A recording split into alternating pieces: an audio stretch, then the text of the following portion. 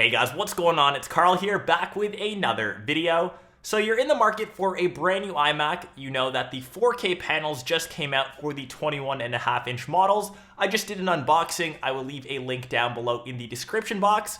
But my day-to-day computer has been the 27-inch 5K iMac that I've had for almost a year now. In this video, I will be comparing them, testing out the different specs, a few benchmarks, and seeing which device is right for your 4K or 5K goodness. Okay, first and foremost, let's get some of the specs out of the way. We have the 21.5-inch Retina 4K, retails for $1,500, and on the right-hand side, we have the 27-inch models. Those are all now 5K panels. You range from $1,800 all the way up to $2,300 for the highest spec model. On the smaller side of things, we start off with a 3.1 GHz quad-core i5. 8 gigs of RAM is standard. I would upgrade to 16 gigs because on the 4K 21.5-inch model, RAM is no longer upgradable. Keep that in mind when you're doing this. And here is where I am so lost with Apple on this one. A 5400 RPM 1 terabyte hard drive. What on earth are you thinking? It just blows my mind that they can actually have the audacity to charge this amount of money and still have an archaic hard drive. If you're even considering buying the 4K iMac, upgrade the storage and just shake your head at Apple as they take your money, as they always seem to do. Moving on over to the 27-inch 5K iMac, you can upgrade that to an i7. Of course, that does cost more money. I chose to go with 16 gigs of RAM, but the nice thing is you can always upgrade the 27-inch models later on. I plan to upgrade mine to 32 when it starts to slow down. I do have a 3 terabyte Fusion drive. I've had no issues. And the 5Ks do have a dedicated GPU. I chose to upgrade mine to 4 gigs just because I knew I would be working with 4K content. And if you plan on doing that, I think this is a vital upgrade also. When you take your first look at either of these displays/models, they are one word, simply put, gorgeous. Apple knows how to design their products. We have the 21.5-inch, which is 4096 by 2304. The 5K panel, a crazy 5120 by 2880. That is a lot of pixels. I've always been a bigger fan of larger displays. That's why I went with the 27-inch model, and it was the only one available in 5K or super high def last year, and I've absolutely loved my time with it. The one thing to consider, of course, is budget, and I think that's the biggest difference between both of these devices and will be on your mind while you're purchasing them. 21.5-inch retails for $1,500 for the base, $2,300 for the 27-inch.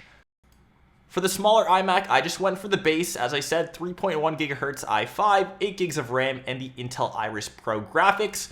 On my 5K, I almost maxed it out, 16 gigs of RAM, 4 gigs dedicated graphics, and I plan to upgrade my RAM maybe sometime next year. Just some standard Geekbench 3 scores for all of you interested. On the 4K side, 3404 for the single core, 11472 for the multi-core score. On the 5K, we have 3729 single core and 14,537 for the multi-core score. I did some very basic testing across both models. For example, I'm importing 4K video footage shot on my GH4 straight into my 5K. I've got a stopwatch, and to import around 20 gigs of footage took around 3 minutes and 50 seconds on the 5K. On the 4K side of things, importing those same files from the same SD card, I'm sure a lot of you are looking to buy either one of these devices. I'm assuming for 4K video editing, it does really help with that resolution on the screen. This took around 4 minutes and 5 seconds, so slightly slower. And I found that using the 4K doing daily tasks, it wasn't as snappy as I would have liked, especially right out of the box.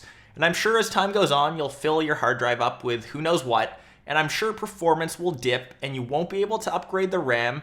You could use an external SSD, but once again, I think Apple's decision to use a 5400 RPM standard hard drive is such a big mistake.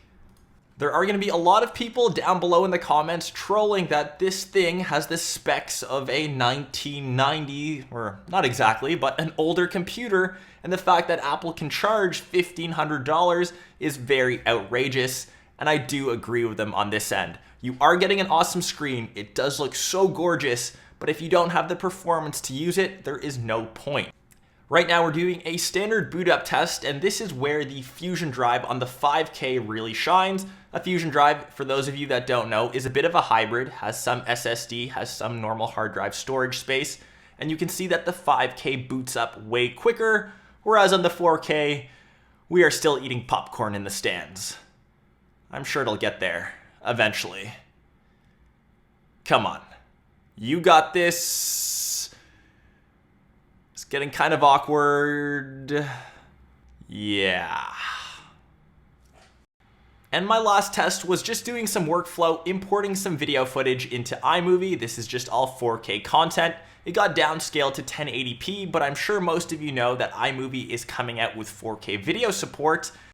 But it ended up being such a disaster. The computer slowed down to a T, nothing was happening, a lot of lag, a lot of spinning of the colorful wheel, and I eventually just had to get off my computer and leave, and when I came back, things were a bit more manageable, but I just couldn't accept that from the performance that I've got from my 5K was so much better than what I'm seeing right here on the 4K iMac.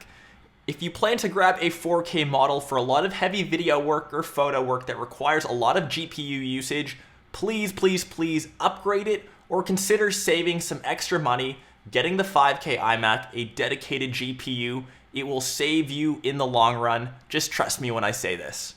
On the other hand, if you need a glorified new desktop, just want to do it for simple web browsing, word processing, the 4K iMac will do that without a problem.